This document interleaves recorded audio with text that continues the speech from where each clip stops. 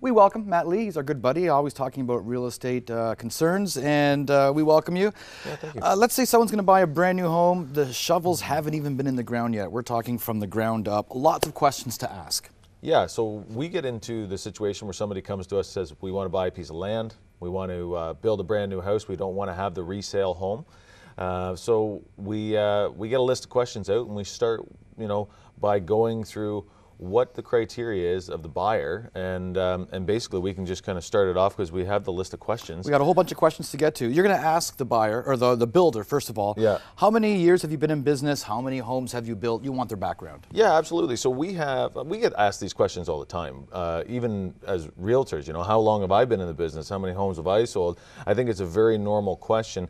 Some of these questions can be answered by going onto the builder's website, but I think having these questions and having the conversation with the builder himself is a good idea. The onus is on the buyer. Yeah, absolutely. Do your homework. Yeah, for sure. do your homework and see what the quality is, and yeah, you want to know what you're looking for because it can change. Another important question is, are you insured, I guess, where applicable, and or are you licensed where applicable? Yeah, so you do an apprenticeship, a lot of trades, most trades, you do an apprenticeship, and you can do 5 to 6 years, maybe some that are quicker, but in the contracting, it's about a 5-year apprenticeship, and they want to know if you have been licensed. I know lots of great contractors that never did go through the process. They work for somebody for 20 years and never did the schooling, but they're educated from just the actual personal experience. The hands-on.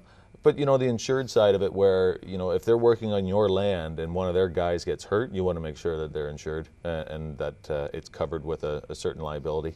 You want to ask the builder how they compare themselves to other builders. Maybe what are the most important benefits of the homes that they have built? Yeah, see, this is a big one. So what you run into is, are you looking for a smaller home with higher quality where it's, you can go into a house and you can tell the difference of the upgrades? Or do you want this, bigger house, huge house that is built to code, but just built to code?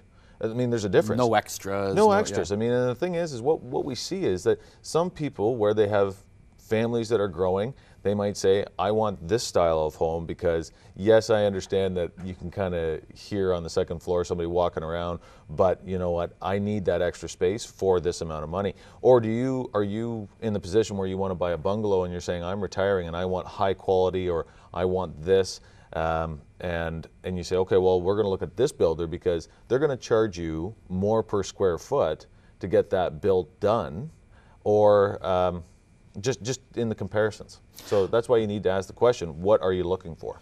Why is it important to ask about what kind of warranty the builder might carry? Well, so some people carry a Tarion warranty. Tarion warranty is kind of a stage process where basically they'll do construction warranties up to a year, drywall screw pops and different things. And you want to go on to the Tarion website and read how that actually is laid out, because what happens is that from the day you get your keys to 365 days later, you want to make sure that those builders are back in on that day to make sure that any imperfections are fixed.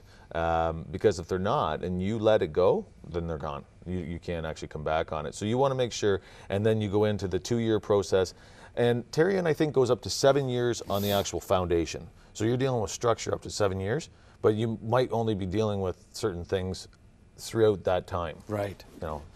A lot of people don't even have a vision of what their home will look like, only on paper, because it's still not even a hole in the ground. But you can ask if they build model homes that they can tour, and if not, can they make an appointment to see the home that they did for another customer? That's perfectly fine. Yeah, absolutely. So one is do they have the plans?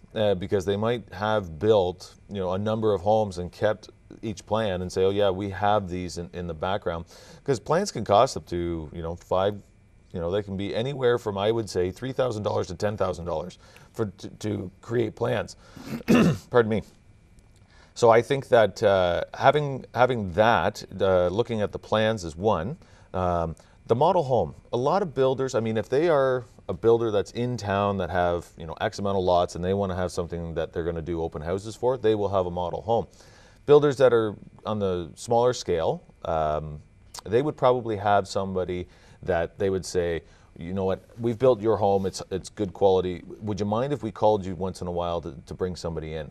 And they likely will allow it. So I would say, if you don't have a model home, still ask the builder if there's a possibility to get into something they've built, because they might have somebody they built a home for that will allow them in. So many questions, and your prerogative to answer or to ask as many questions as you can. Matt Lee, we thank you so much. Yeah, no problem. Okay, we'll see you next week, sir. Thank you. Okay. Real Estate Tips, brought to you by Matt Lee of Royal LePage.